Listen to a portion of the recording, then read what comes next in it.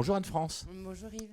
Anne-France, merci beaucoup de nous recevoir. Alors vous avez été élue il y a quelques semaines, Vie+ a été élue pour la 5e année consécutive à la première place de la fameuse étude Périclès, qui a lieu chaque année, notamment en termes de qualité de service.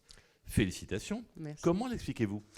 Alors Suravenir a décidé dans son programme Vie+, la référence, d'assurer une qualité sur tous les items qui vont être étudiés dans cette étude, puisque notre objectif pour devenir la référence du métier, c'est d'être bon dans tous les sujets qui sont importants pour les CGP, du back-office à la présence terrain, en passant par les outils, la formation, l'information. Et donc je pense que c'est ça qui a été récompensé. On en est très très fiers, parce que ça salue l'engagement de toutes les équipes de Suravenir autour de Vie+, dans la satisfaction de nos partenaires. Félicitations encore une fois, parce que Merci. Je sais pertinemment que c'est une place pour le moins très enviée. Alors ce qui compte, c'est d'être sur le podium, pour être régulier et être dans la promesse qu'on a fait aux clients. Merci Anne-France. La fin de l'année 2023 approche. Quel premier bilan faites-vous de celle-ci pour Vie+, dont vous avez la responsabilité ?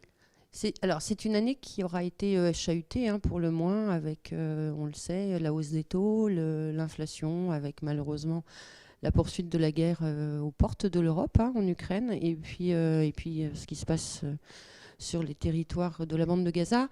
Donc une année où on a eu à la fois de l'attentisme, à la fois du besoin d'explication, c'est-à-dire que le conseil a été extrêmement important cette année. On a donc, nous, fait évoluer un petit peu notre offre, et en particulier, on a pu offrir tout au long de l'année des fonds qui étaient des fonds soit datés, soit structurés, avec des éléments qui permettaient aux clients de pouvoir se projeter au-delà de cette litanie de catastrophes qui était au journal télévisé. C'est vrai que là, merci beaucoup.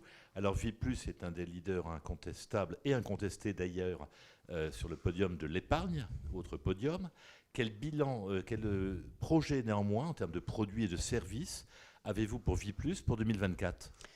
Énormément de projets, donc on fait évoluer tout l'outil digital, on a changé tous les éléments de la signature électronique, et puis on est encore sur la fluidité en fait de tous les éléments à faible valeur ajoutée pour l'ensemble de nos partenaires CGP.